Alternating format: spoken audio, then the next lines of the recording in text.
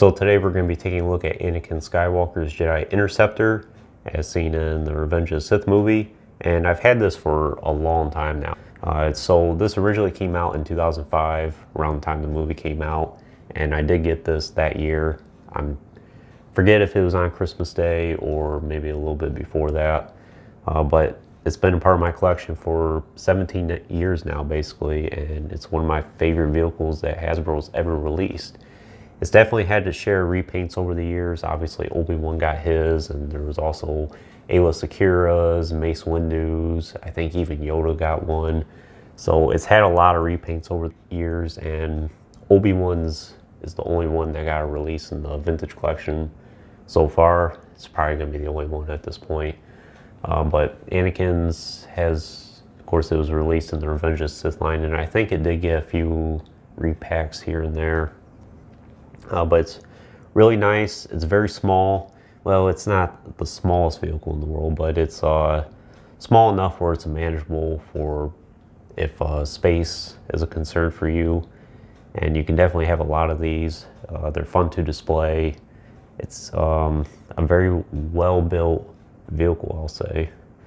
So unfortunately I don't have the original packaging to show you, but what I can tell you is, like I said, I got this in the Revenge of the Sith line, if you recall how that packaging looked. And it's hard to believe now, but this actually retailed for $19.99. Can you believe that 16, 17 years later at this point, that basically $19.99 is basically the standard price almost for a 3 3/4 inch action figure.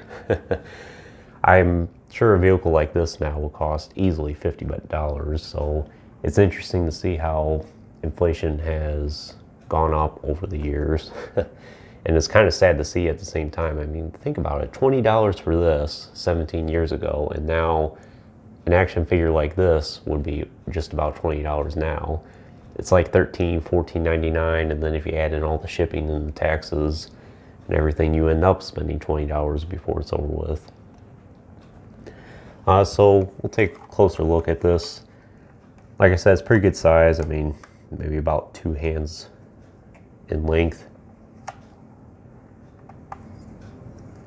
And it's in pretty good shape. I wasn't too rough with most of my action figures as a kid, and I've had this since I was about 8, 9 years old. And it's still in really good shape.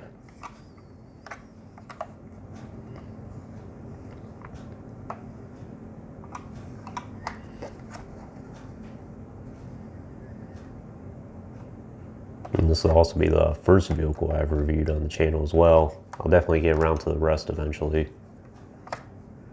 So a lot of good paint detailing in this. Of course, yellow is signature for Anakin for his interceptor. Lots of good scuff marks along the way. Paint detailing for that. A lot of good sculpting work here as well.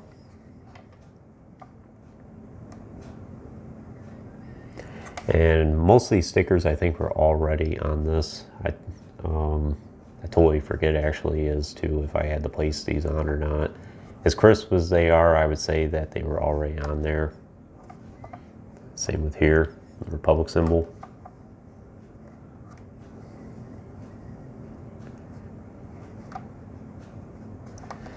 And we'll open the canopy here. Pretty basic design inside the cockpit there.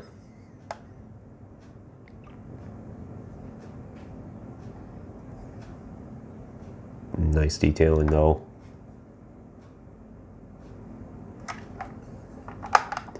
And it fits pretty good on there, and it stays in place really well. It's not loose or anything.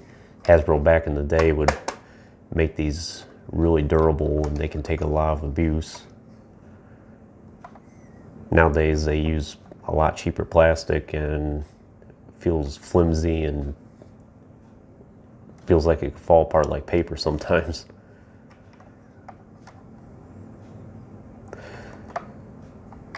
So a couple features about it. There's really not a whole lot other than you can put the wings in the attack position. So you have this little lever back here, and you just push down on that like so.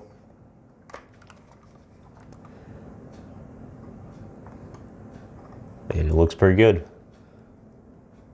From there.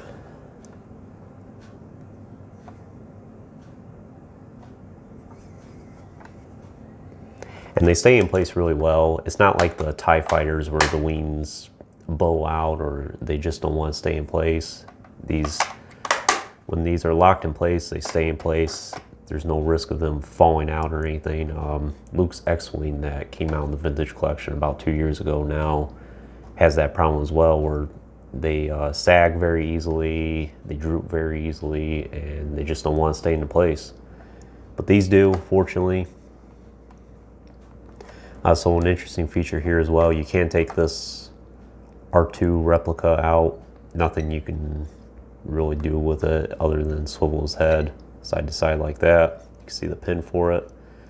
But there is a specific R2-D2 you can get that will fit in this slot here if you have that. I unfortunately do not have that one, and I tried with the vintage collection R2-D2 and a few of the other ones I have, and they don't fit at all. So I think it is a very specific one that came out in the Revenge of the Sith line that fits there. Maybe it's the one that has that you can push the button on top and he makes the electronic lights and sounds.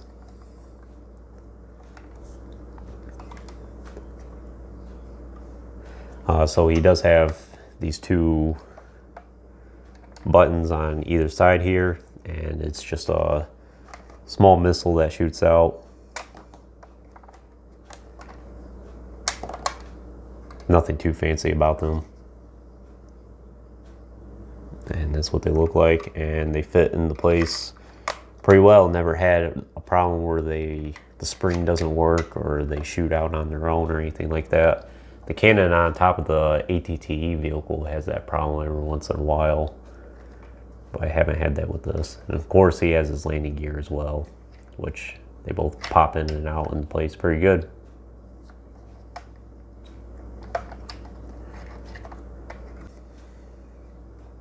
Kind of see how it's assembled.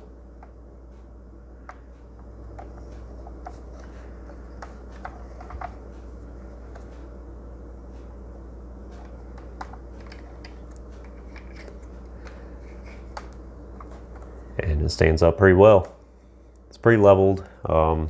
Again, some vehicles you get where the landing gear doesn't work very well and it'll do stuff like this, or it just plain won't work at all, and then you'd have to keep it down like this or whatnot. Don't have that problem with this.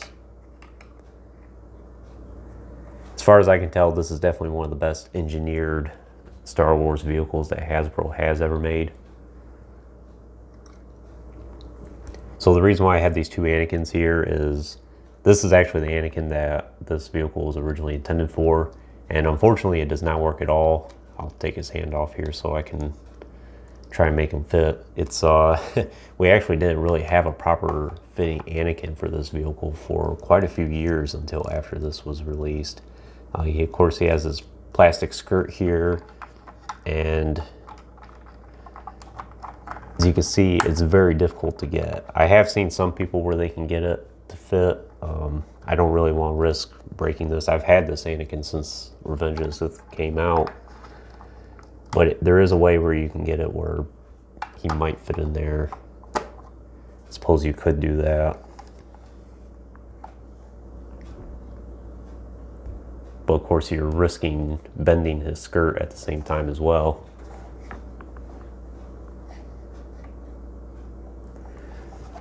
So it was probably at least another 4 or 5 years later before we actually got proper Anakin for this. I suppose the Saga Legends Darth Vader was probably the first one that could fit in this really well.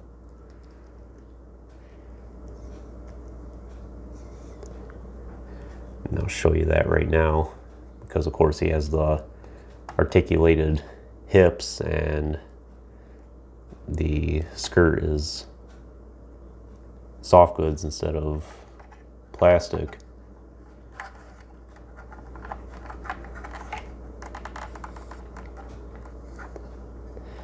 And as you can see, he fits in there a lot better. Definitely a more natural fit.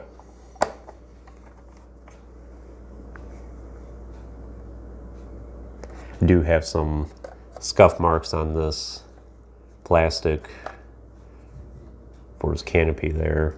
You might notice, like right there. But it looks pretty good there. And of course you can fit a whole lot of other action figures in this. Show you a size comparison as well.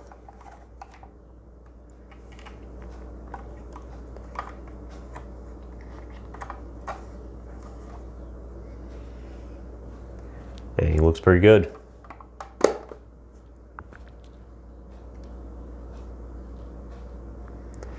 But other than that, I think that's really all there is to say about this vehicle. It's a very basic vehicle, but like I said, I genuinely believe this is one of the best that Hasbro has ever made.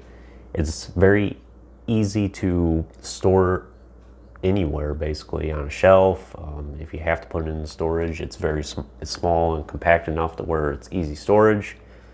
Unfortunately, I don't really have this displayed for the time being because I just don't have the space for it, but it's one I definitely want to keep forever, and I would highly recommend this for your collection. Like I said, I'm not sure what the going rate is these days for this, and there is so many different repaints of it. Obi-Wan has his, like I said, and pretty much every prequel era Jedi got one in their color scheme based off of this.